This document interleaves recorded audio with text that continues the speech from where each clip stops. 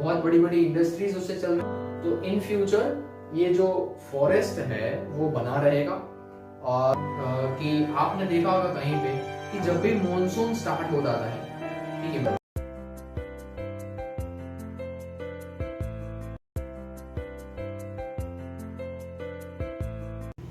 hello friends, welcome to the seventh and the last part of our chapter conservation of plants and animals. Okay, so up to the from the first lecture to the last, we almost studied about deforestation, its causes, its consequences. ठीक है, इन सब के बारे में हमने पढ़ा और उसकी कहाँ कहाँ पे इफेक्ट होती है। छोटी से छोटी चीजों के बारे में हमने पढ़ लिया।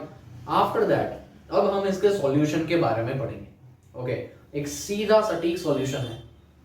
Okay, and what it is, that is reforestation. आप नाम देख के समझ सकते हो, दैट वाज डिफॉरेस्टेशन, मतलब फॉरेस्टेशन को हटाना। That here is re, R E, re means again forestation, फिर से वो डिस्ट्रॉय हो गया जो फॉरेस्ट है उसको फिर से एस्टैब्लिश करना, that is reforestation and it is the solution of deforestation. बहुत सिंपल सी चीज है कि ह्यूमंस जितने ट्रीज और प्लांट्स कट कर रहा है, अब इतना सब पढ़ने के बाद हम ऐसा तो एक्चुअली नहीं बोल सकते कि हमको ट्रीज और प्लांट्स कट करना बंद कर देना चाहिए, क्योंकि हमारा जो लिविंग हो गया है, मॉडर्न लिविंग, एक्चुअली मॉडर्न नहीं होना चाहिए, that is just living.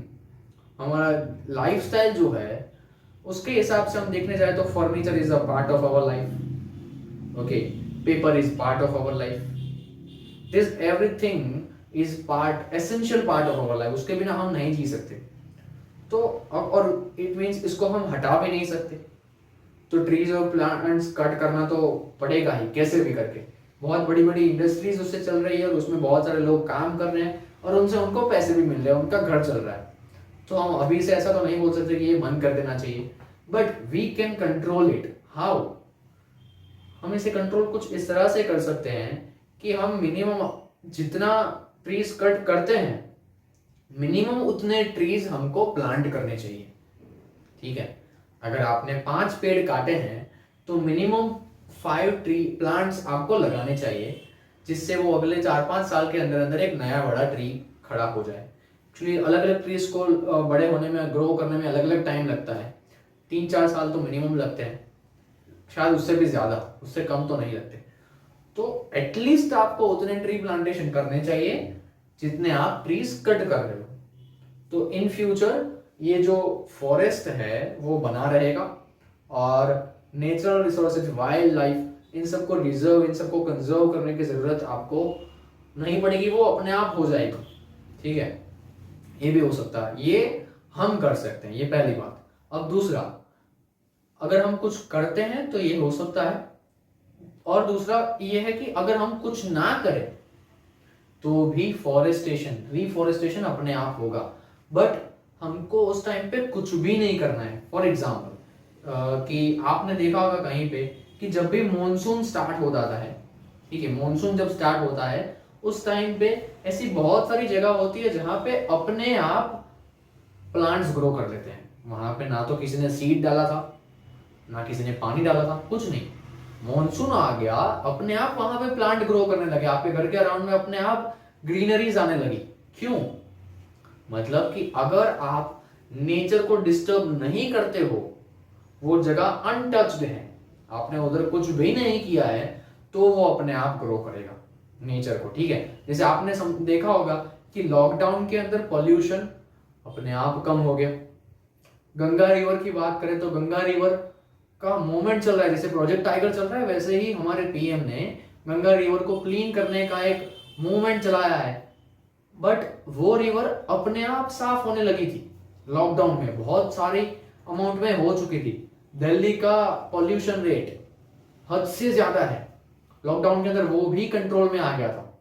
Okay, तो अगर आप नेचर को डिस्टर्ब नहीं करते हो, नेचर विल बैलेंस इटसेल्फ, वो अपने आप खुद को बैलेंस कर सकता है, बट आपका उसके अंदर कोई हस्तक्षेप होना चाहिए नहीं।